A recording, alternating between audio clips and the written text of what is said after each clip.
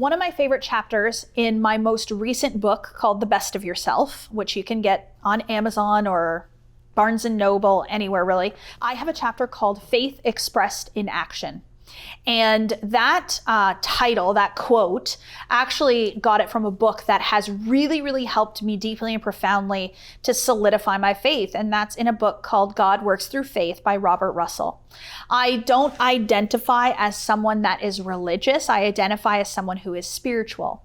And so the look of the book, I will be honest, it has like a big cross on it, God Works Through Faith. When I first saw it, I thought this is a religious book and I'm not going to read it. And that actually was a disservice. It sat on my desk for a long time, and I didn't allow myself to hear the messages within it because of the way in which my dominant paradigm and lack of belief or faith in things didn't allow me to open the book. But I got to this point where I desperately wanted to connect with a deeper and more profound level of faith than I'd ever experienced before, and I kept seeing this book. And so finally, when I opened the book and I started reading it, it was so incredible and was the message exactly what I needed to hear in that moment. And it actually had nothing to do with religion at all, or a doctrine at all, or having faith in a higher power. It actually taught me what faith feels like to me in my body. And that's the best way that I can describe it.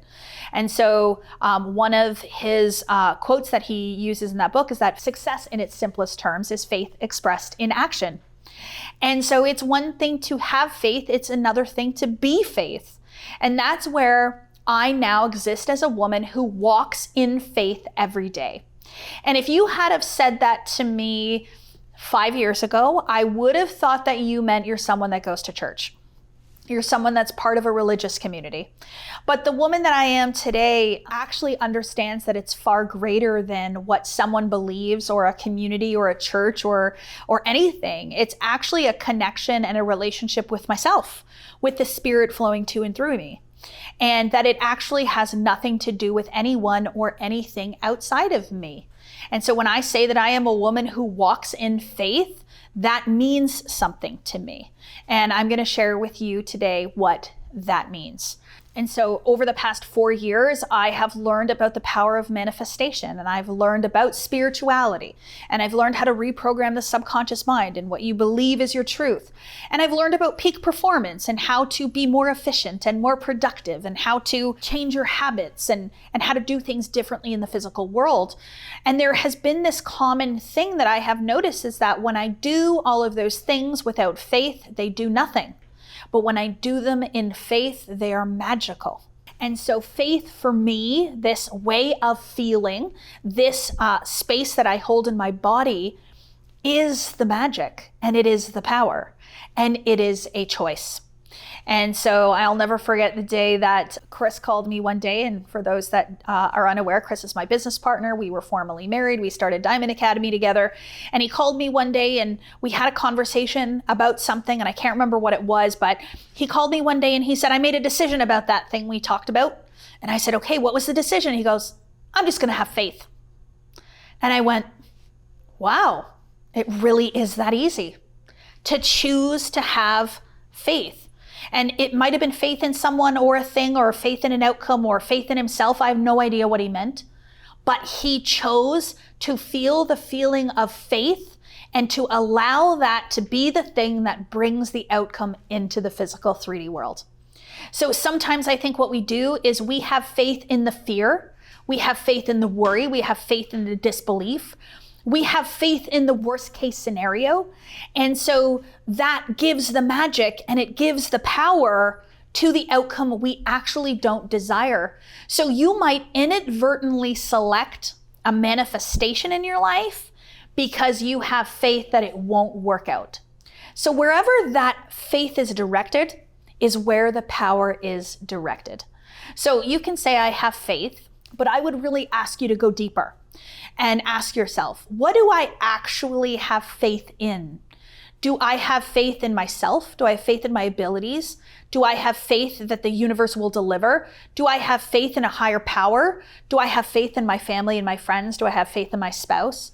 Do I have faith in my business? Do I have faith that success is on its way and it's coming? Or do I have faith in something outside of myself? Or do I have faith that I am one with this higher power or this source? And one of the things that I read that was really powerful for me is, it's very important for me to connect with and perceive my oneness on a daily basis. I want to feel spirit flowing to and through me. And I know that it's up to me to direct the awareness of that every single day.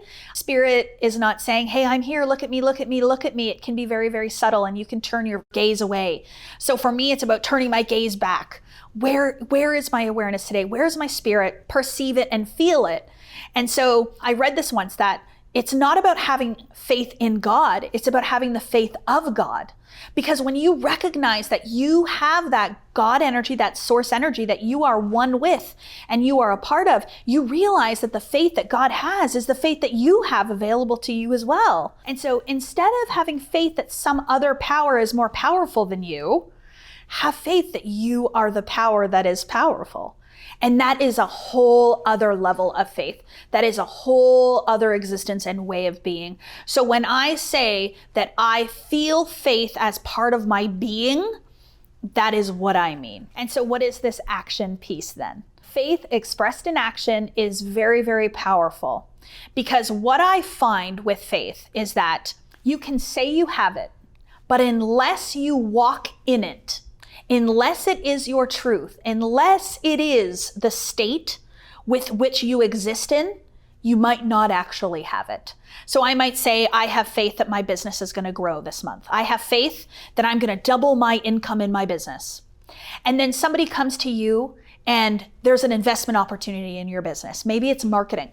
You meet somebody that's phenomenal at marketing and you resonate with them and you're feeling called, it's time to invest, get a new website, help with my email campaigns, et cetera, et cetera.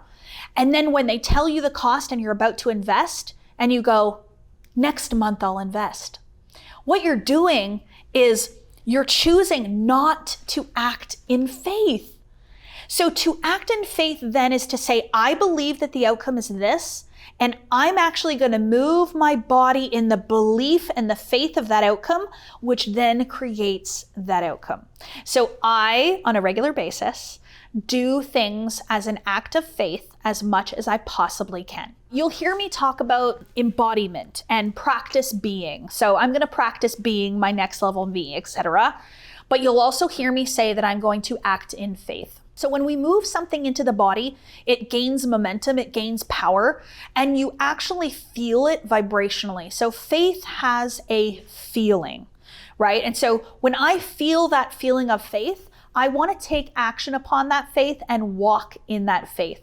So maybe you want to look at it as I'm going to put my faith shoes on today.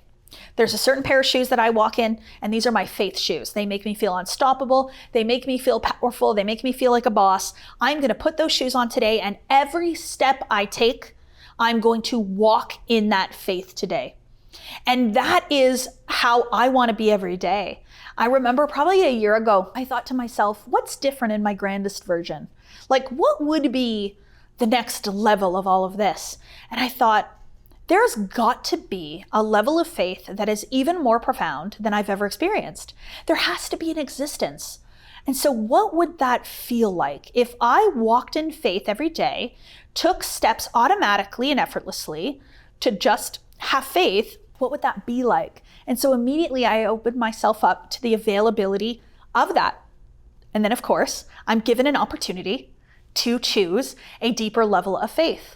So not long after, a circumstance in my life showed up that gave me the opportunity to say, oh, I just need to have faith.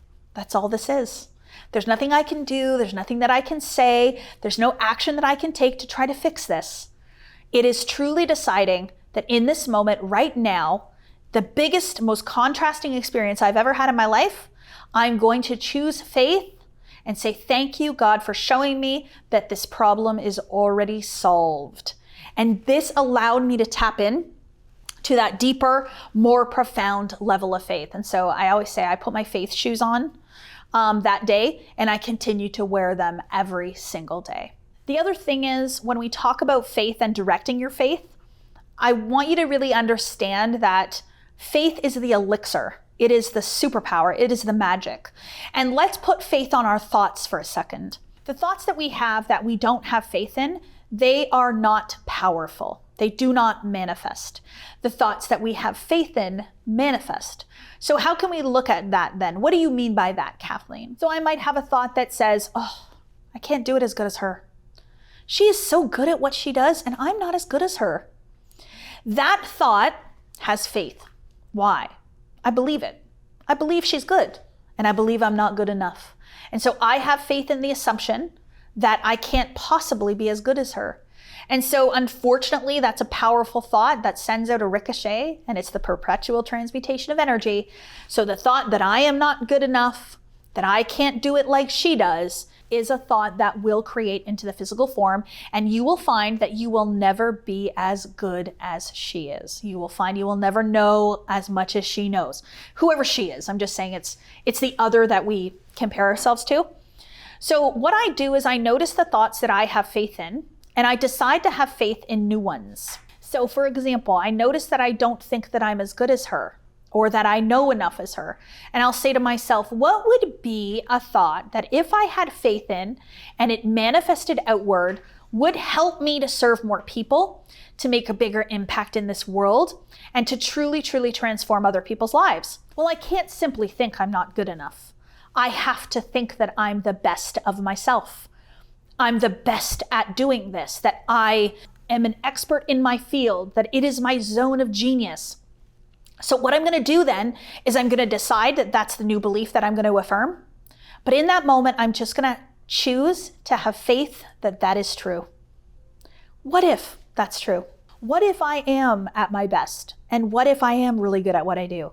And what if I am an expert in zone of genius? And what if I am very, very powerful? And so what I've done there is I've used the feeling of faith to shift my thinking to make those thoughts very, very powerful. I used this once when I was developing my one-on-one coaching containers. I had noticed a belief in myself. Why would someone want to hire me and pay me to coach them one-on-one? What makes me good enough to guide them towards a transformation? And I noticed these beliefs in myself of what if I can't help them? Or what if I'm not good enough? Or I don't know enough? Or what if they don't get a transformation from working with me? And I noticed I had faith in some of those doubts. And so I sat down and I thought, this belief system does not serve my potential clients. This belief system doesn't help anybody. It doesn't help or serve anybody to get into that elevated state and to transform. And I thought, let's look at some of the mentors I've had in my life. And I looked at Bob Proctor. He was the one that changed my life the most. He had faith in me, but he had faith in himself. He had a conviction that he could help you. You tell me what you want and I will help you get it. That was his belief. He knew his impact. He knew his worth and his value. He knew what he taught was true. And he had this passion for his work and his ability to assist people. And so in that moment, I thought, one conversation with me can change your life. And I realized that me believing that wasn't about me. Me believing that was about the impact that I would have on that person, that one conversation that I would have with them, and how much I could serve them.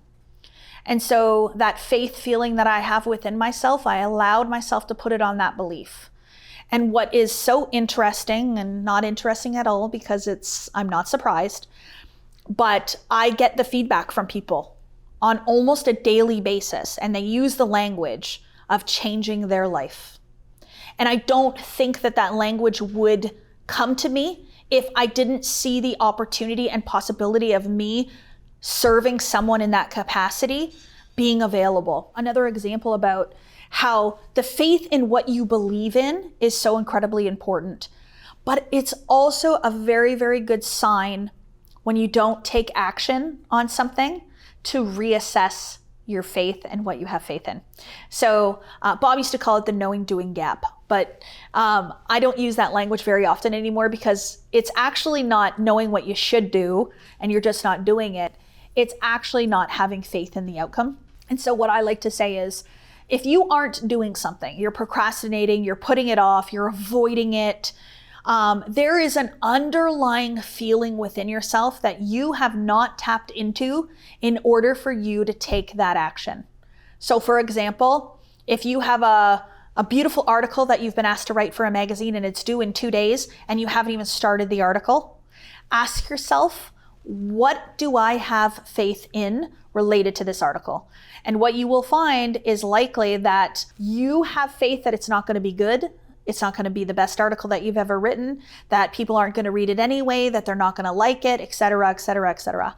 So then I say, well, what could I have faith in that would allow me to get moving on this article? So if I believe this article was going to be the best article that I ever wrote, that people are going to message me and be like, oh my gosh, your article changed my life. Maybe my article gets picked up to go in 67 publications around the world and it becomes this viral publication. Would I procrastinate on writing the article? No.